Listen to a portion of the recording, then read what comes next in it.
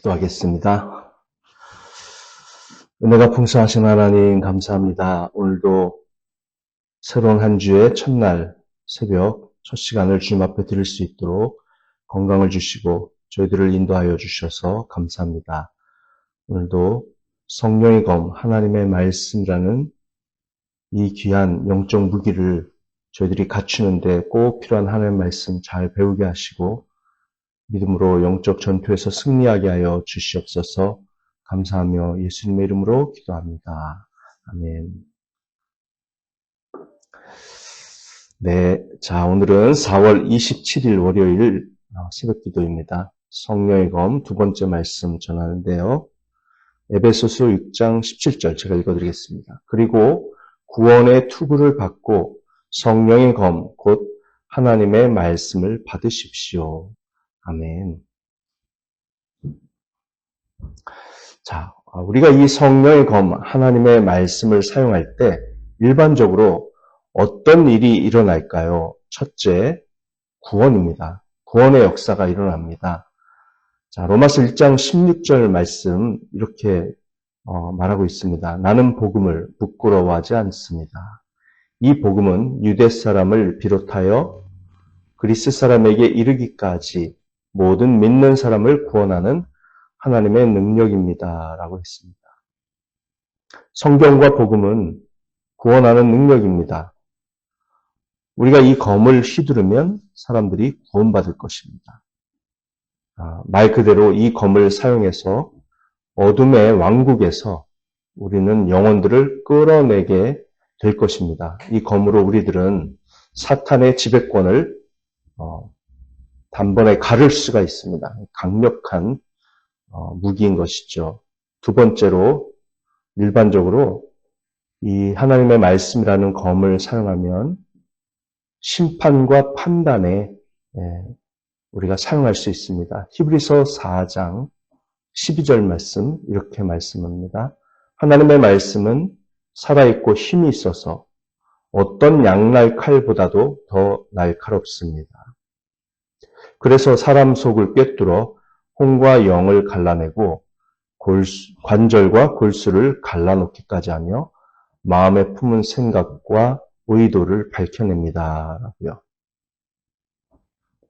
자, 여기서 밝혀낸다라는 단어는 그 헬라어로 크리노인데요. 크리노. 어떤 뜻이냐면 증거를 가려내어 심판한다라는 뜻입니다. 그래서 그 본래의 의미는 증거를 가려내어 판단하고 심판한다라는 뜻이기 때문에 영어 성경은 대부분 judge라고 번역을 하고 있습니다. judge, 심판이란 단어죠. 심판하다.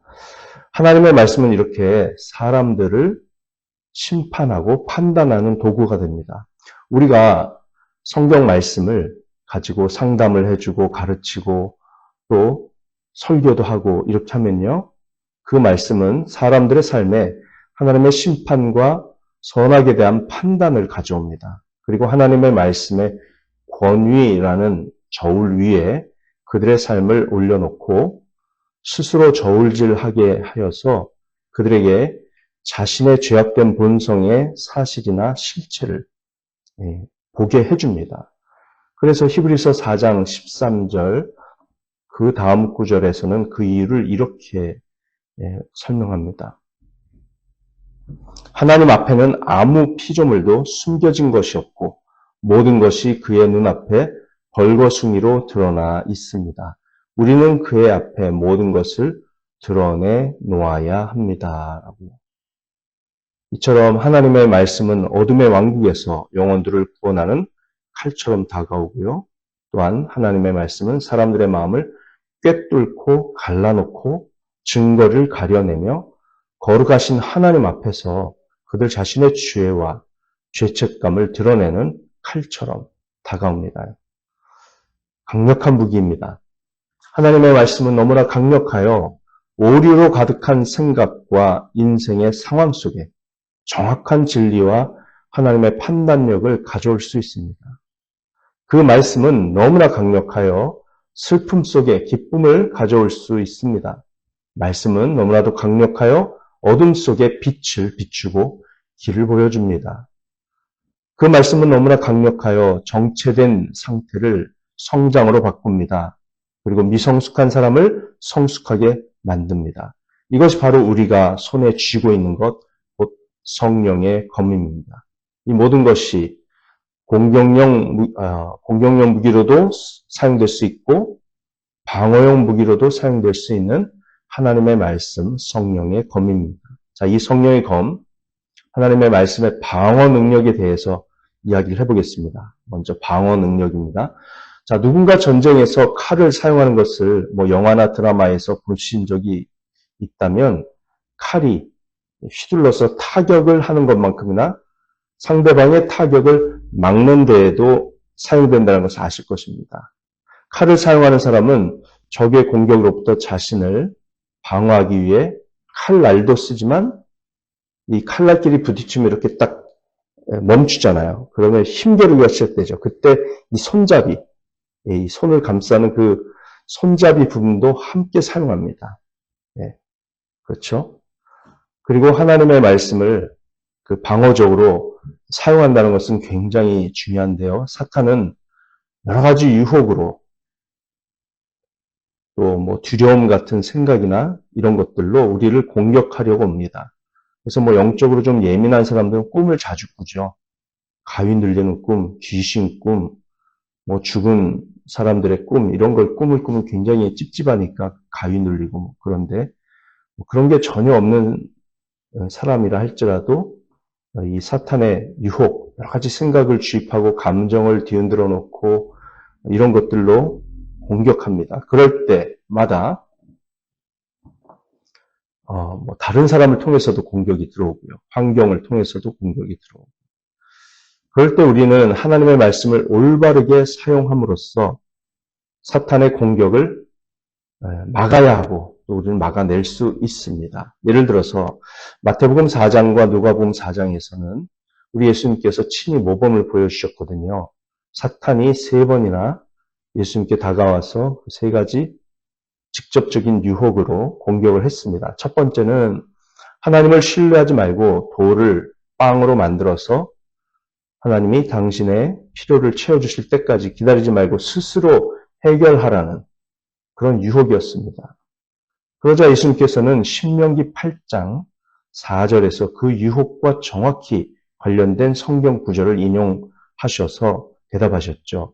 사람이 떡으로만 사는 것이 아니요 여호와의 입에서 나오는 모든 말씀으로 사는 것을 네가 알게 하려 하심이니라 라는 말씀을 방어용으로 사용하셨습니다. 사탄이 두 번째로 와서 말했습니다. 성전 지붕에서 뛰어내려라. 그러면 하나님이 너를 붙잡아 주실 것이다. 사탄은 시편 91편 11절 12절의 말씀을 가지고 성전 지붕에서 뛰어내리는 것에 대해 정당성을 부여하려고 했습니다. 성경을 잘못 사용하면서도 합리화하는 것은 사탄에게 속는 일이죠. 자, 그렇다면 이게 무슨 뜻이었습니까? 예수님께서 하나님을 신뢰한다면 성전에서도 뛰어내릴 수 있다라고 사탄이 유혹한 거잖아요. 그런데 그런 행동을 하면서 하나님께서 도와주실 것을 신뢰하는 것은 잘못된 장소에서 잘못된 방법을 행하면서도 하나님께서 보호해 주시기를 바라는 것이기 때문에 그것은 하나님에 대한 신뢰가 아니라 도리어 하나님에 대한 시험이 되어서 결국은 불신앙이 되고 반항이 되어버리는 그런 유혹이었습니다. 예수님은 사탄의 그 유혹에 대해서도 정확히 들어맞는 신명기 6장 16절 말씀을 인용하여 방어하시고 물리치셨습니다. 주 너의 하나님을 시험하지 말라. 세 번째는 나에게 절하라. 천하의 모든 영광을 다 주겠다. 라는 사탄의 유혹이었죠. 예수님은 그 유혹을 정확히 다루는 또 다른 성경 구절을 인용하십니다. 신명기 6장 13절입니다. 주 너의 하나님께 경배하고 다만 그를 섬기라 라는 말씀이었습니다. 세 가지 다 신명기 말씀이었네요. 8장 3절, 6장 16절, 6장 13절. 자, 이처럼 예수님은 말씀이라고 하는 마카이라 칼을 정밀하게 사용하십니다. 정확하게. 무분별하게 휘두르지 않으시고 사탄이 자신에게 쏜 유혹을 정확하게 다루기 위해 정밀하게 사용하십니다. 유혹이 사탄으로부터 어떤 각도에서 오든 우리는 스스로를 방어할 수 있어야 합니다.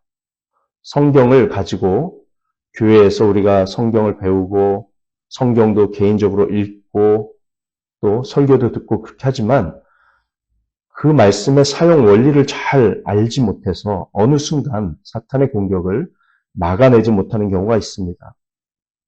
그리고 사탄은요, 항상 우리가 성경 말씀을 제대로 알지 못하는 그 부분을 집중적으로 공격한다고 생각합니다.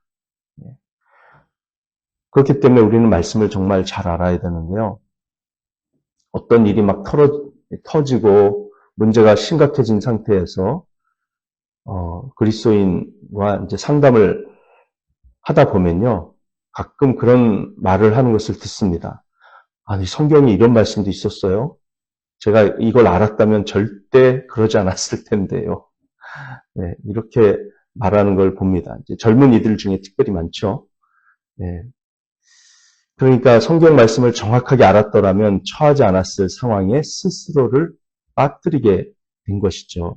그래서 우리가 성경을 방어용 무기로 정확하게 사용하려면 하나님의 말씀의 구체적인 내용을 유혹의 구체적인 상황에 적용하는 법을 배워야 합니다. 자, 한 걸음 더 나아가 보겠습니다. 17절 마지막 부분에 성령의 검, 곧 하나님의 말씀이라고 되어 있는 것을 보십시오. 그런데요, 헬라어 성경 원문에는 이 말씀이라고 하는 단어가 여러 개가 있는데 그 중에서 좀 특이한 단어를 사용했습니다. 보통 말씀이라는 단어는 헬라어로 로고스입니다. 로고스. 근데 여기서는 로고스라는 단어를 쓰지 않았어요. 보통 하나님의 말씀이라고 할 때 헬라어로 로고스를 쓰는 것은 하나님의 말씀의 전체적인 그 광범위하고 일반적인 의미를 지칭하는 용어가 로고스이기 때문에 로고스를 쓰거든요. 계시되고 기록된 하나님의 말씀이라는 일반적인 개념의 단어가 바로 로고스입니다. 근데 여기 에베소서 6장 17절에서는 레마라는 단어를 썼어요. 하나님의 말씀. 성령의 검, 곧 하나님의 로고스가 아니라 성령의 검, 곧 하나님의 레마라고 썼습니다. 레마. 자, 레마는 구체적인 진술을 의미합니다. 광범위한 지식이 아니라 구체적인 진술이에요. 성령의 검은 구체적인 상황에 맞는 구체적인 하나님의 말씀입니다. 우리는 사탄과 죄의 특정 유혹에 대해 하나님께서 구체적으로 무엇을 말씀하시는지 모른다면 그 유혹을 이겨낼 수 없습니다. 그러므로 우리들은 구체적인 내용을 알기 위해 하나님의 말씀 전체를 배워야 해요. 그래서 제가 여러분께 성경을 가르치거나 설교를 할 때도 단순히 성경 구절을 읽어주고 간단하게 대지 3개를 잡아서 3가지 이야기를 들려주는 식으로 설교를 하지 않고 그 성경의 원리를 정확하게 드러내기 위해서 배경 이야기도 하고 다양한 성경 구절을 인용하면서 여러분들로 하여금 그것을 정확하게 이해하도록 돕는 방식을 취하고 있습니다. 왜냐하면 그 원리를 이해해야지만 구체적인 상황 속에서 그것을 적용할 수 있는 힘이 길러지기 때문에 그렇습니다. 그래서 그 말씀의 뜻을 마음속에 잘 저장해 놨다가 사탄에게 대항해서 사용할 수 있도록 하기 위해서 그렇게 하는 거죠. 요한계시록 12장 말씀에 보면 하나님께 그 말씀 때문에 인정받고 또 사탄에게 승리한 자들에 대한 내용이 나옵니다. 요한계시록 12장 10절부터 11절이에요. 그때 내가 들으니 하늘에서 큰 음성이 이렇게 울려 나왔습니다. 이제 우리 하나님의 구원과 권능과 나라가 이루어지고 하나님이 세우신 그리스도의 권세가 나타났다. 우리의 동료들을 헐뜯는 자, 우리 하나님 앞에서 밤낮으로 그들을 헐뜯는 자가 내쫓겼다. 우리의 동료들은 어린 양이 흘린 피와 자기들이 증언한 말씀을 힘입어서 그 악마를 이겨냈다. 그들은 죽기까지 목숨을 아끼지 않았다. 네, 아멘입니다. 예수님의 피와 또 자신들이 사용한 하나님의 말씀을 힘입어서 악마를 이겨냈다라고 말하고 있습니다. 우리가 말씀을 알 때 사탄을 이길 수 있는 것이죠. 그러므로 이렇게 우리가 자신을 방어하는 측면에서 하나님의 말씀에 대한 지식이 정말 중요하다는 것을 우리가 알 수 있습니다. 수많은 그리스도인들이 유혹에 빠지는 이유는 하나님의 그 말씀이 그 상황을 어떻게 다루는지 모르기 때문입니다. 칼로 무장을 못한 거죠. 성경은 가지고 있으나 칼로 무장은 못한 겁니다. 자, 우리의 삶 가운데 사탄이 공격할 때 다양한 공격을 하는데요. 특별히 이제 낙담할 수밖에 없는 그런 상황이 올 때 여러분들은 어떤 성경 구절을 사용하십니까? 어떤 성경 구절을 사용하셔야 되는지 알고 계세요? 네, 저는 시편 42편 1절부터 5절 말씀을 암송을 합니다. 내 영혼아 내가 어찌하여 낭망하며 어찌하여 내 속에서 불안하여 하는고 너는 하나님을 바라라. 그 얼굴에 도우심을 인하여 내가 오히려 찬송하리로다. 이 말씀이 시편 42편에 기록되어 있거든요. 그러면 낙담할 만한 상황이 오면 저는 저절로 그 말씀을 암송하면서 묵상을 해요. 슬플 때는 여러분 어떤 말씀을 묵상합니까? 성경에 기뻐하라는 말씀 너무 많죠. 네. 정말 그렇게 상황에 맞는 성경 구절을 알고 있어야 되고 다 외우질 못하더라도 기억을 하고 있어야 됩니다. 그래서 슬픔과 낙담, 헌신의 부족, 그 다음에 여러 가지 육신의 적용, 안목의 정욕, 이생의 자랑, 이런 유혹으로부터 나를 방어하기 위해 어떤 성경 구절을 가지고 대처해야 될지 그런 것을 우리가 알아야 된다는 것입니다. 이게 바로 성경을 방어적으로 사용하는 방법입니다. 자, 그러면 이 성령의 검, 하나님의 말씀의 공격 능력에 대해서 좀 얘기해 보겠습니다.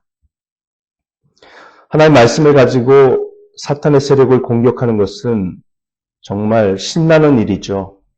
방어도 하고 공격도 하고 기쁜 일입니다. 평생 그저 방어만 하면서 사는 건 싫지 않습니까? 지루하기도 하고 맨날 수세에 몰리잖아요. 그래서 우리가 공격을 해야 기쁘게 살 수 있거든요. 그래서 여러분도 하나님의 말씀을 가지고 누군가를 상담해주고 가르치고 전도하고 이런 기회를 많이 가지면 가질수록 사탄에 대해서 공격하게 되는 겁니다. 사탄의 왕국에 우거진 덤불을 베어내고 그리고 구원받지 못한 영혼에게 복음을 전할 때 그 칼을 휘둘러서 그 영혼을 지배하고 있는 사탄의 세력을 베어내어서 건져내는 그런 일들을 할 때 정말 이 사탄에 대해서 우리가 우위를 차지하고 있다는 기쁨을 느끼면서 신앙생활 할 수 있는 것이죠. 자, 그래서 여러분들이 교회 안에서도 다른 성도들에게 하나님의 말씀을 자세히 가르치고 자녀들에게 가르치고 친구들에게 이야기하고 직장에서 말하고 또 학교에서 다른 학생들과 이야기할 때 그 말씀을 어떤 식으로든 사용해서 지혜롭게 전달해주면 불신자들은 그게 성경이라는 것도 모르죠, 사실. 그렇지만 우리의 말 속에 그 성경 구절이 다 녹아 들어가 있기 때문에 그 사람은 굉장히 지혜롭게 조언해 준다고 느낄 겁니다. 그 영혼이 살아나는 거죠. 사탄의 왕국을 우리가 뚫고 나가는 겁니다.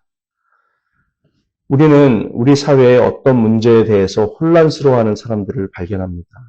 또 교회의 세계에 들어온, 교계에 들어온 비성경적인 영적 현상들과 가르침들에 대해 혼란스러워하는 사람을 만나게 됩니다. 그들과 대화를 할 때 보십시오. 이것이 바로 하나님이 말씀하시는 바입니다. 라고 말하면서 성령의 검으로 그런 사회의 악한 체계들과 또 교회 내에 은밀하게 들어와서 교회를 파괴하려는 영적인 오류, 왜곡, 또 이단 사이비 같은 그런 체계를 공격하는 것, 이게 정말 필요합니다. 그래서 우리는 성경을 반대하고 왜곡하고 교묘하게 오용하는 세력에 맞서서 이것이 바로 하나님의 진리가 말씀하시는 것입니다라고 말할 수 있는 것을 좋아하는 성도들이 되어야 됩니다. 사탄은 말씀이 효과적이라는 것을 알기에 그것을 막으려고 해요. 특별히 마태복음 13장의 천국의 그 비유를 보면 사탄은 말씀을 전하는 자들을 침묵시키기 위해 무슨 일이든 한다는 것을 우리가 알 수 있습니다. 자, 네 가지 밭이 나오죠. 뭐 자세한 내용은 나중에 마태복음 우리 13장 제가 설교할 때 다루겠습니다만 마태복음 13장 1절부터 9절에 나오는 내용이에요. 거기 보면 보아라, 씨를 뿌린 사람이 씨를 뿌리러 나갔다. 그가 씨를 뿌리는데 더러는 길가에 떨어지니 새들이 와서 그것을 쪼아먹었다. 또 더러는 흙이 많지 않은 돌짝밭에 떨어지니 흙이 깊지 않아서 싹은 곳 났지만 해가 뜨자 타버리고 뿌리가 없어서 말라버렸다. 또 더러는 가시덤불에 떨어지니 가시덤불이 자라서 그 기운을 막았다. 그러나 더러는 좋은 땅에 떨어져서 열매를 맺었는데 어떤 것은 100배가 되고 어떤 것은 60배가 되고 어떤 것은 30배가 되었다. 귀 있는 사람은 들어라. 자, 그 다음에 이제 뒤이어서 19절부터는 이 씨 뿌리는 비유에 대한 해설과 의미를 예수님께서 쭉 설명을 하시죠. 자, 여기서 씨 뿌리는 자는 설교자나 하나님의 말씀을 가진 사람입니다. 구원의 복음을 증거하는 전도자들입니다. 씨앗은 하나님의 말씀입니다. 우리는 나가서 씨를 뿌려요. 그런데 그것을 다른 말로 하면 칼을 사용하는 거죠. 성령의 검을 우리가 사용하는 겁니다. 그 결과는 뭡니까? 칼을 휘두르면 일어날 일들은 바로 좋은 땅에 떨어졌을 때 정말 열매가 30배, 60배, 100배로 맺는다는 것이죠. 그래서 사탄은 그렇게 될 수 있다는 것을 알기 때문에 그렇게 되지 않도록 분주히 움직입니다. 우리가 말씀을 사용했을 때 나타나는 그 효과를 막기 위해서 즉시 활동합니다. 그래서 길가 밭에 떨어진 씨앗, 새들이 와서 쪼아먹었다고 그랬잖아요. 그 새들이 비유하는 게 뭡니까? 사탄의 부하들인 악령의 무리를 가리키는 비유죠. 어떻게든 그것을 빼앗아서, 말씀을 빼앗아가서 그 사람은 자기가 들은 말씀을 잊어버려요. 잊어버리니까 삶에 변화가 일어나질 않습니다. 들었을 때는 즉각 기쁘게 반응하거나 뭔가 감정적인 변화가 나타납니다. 근데 그걸 잊어버려요. 말씀을 빼앗기는 겁니다. 돌밭에 떨어진 이것은 뭡니까? 예, 신앙에 대해서 기쁨을 가지고 반응을 하지만 박해가 왔을 때 그 사람은 견디질 못합니다. 환난, 박해 이런 걸 압박을 견디지 못하고 더 이상 신앙이 자라지 않는 사람. 마지막으로 가시덤불이죠. 뭡니까? 이것은 세상의 염려와 재물의 유혹이 말씀을 막아 열매를 맺지 못하는 사람들의 모습이라고 예수님은 말씀하십니다. 그들은 이런 세상의 악한 체제에 아니오라고 말할 용기가 없습니다. 그래서 세상을 그 사람은 원하기 때문에 세상에서 잘 되는 것을 하나님의 말씀에 순종하는 것보다 더 원하기 때문에 말씀에서 떠나갑니다. 그러면 열매를 맺지 못하는 거죠. 이 모든 것이 바로 사탄이 쳐놓은 올감에 걸리는 셈인 것이죠. 그래서 우리는 이 하나님의 말씀이 결코 헛되이 돌아오지 않도록 계속해서 말씀을 전해야 됩니다. 그 사람이 말씀을 잊어버리고 사탄에게 말씀을 빼앗겼어요? 또 얘기해주면 되죠. 계속해서 반복해서 얘기해주면 어느 순간 그렇게 말씀을 전하는 것을 통해서 그 사람의 마음밭이 바뀝니다. 옥토로 바뀌어요. 그럴 때 떨어진 말씀들이 열매를 맺기 시작하고 그 인생을 결판 내주는 놀라운 역사가 나타나는 겁니다. 성경은 너무나도 강력한 말씀입니다. 너무나 강력해서 영혼을 변화시킵니다. 인간의 어떤 말도 영적 세력을 물리칠 수 없지만 오직 하나님의 말씀으로는 우리는 이 사탄의 세력을 물리칠 수 있습니다. 그래서 사탄의 어두운 왕국을 정복하는 공격적인 역할을 함으로써 우리는 사람들을 구원할 수 있다는 거죠. 그러나 이 하나님의 말씀을 공격적으로 사용할 때는 반드시 구체적이어야 해요. 전도할 때도 성경 구절을 많이 알고 있으면, 암송하고 있으면 더욱더 효과적으로 그 영혼을 우리가 구해낼 수 있습니다.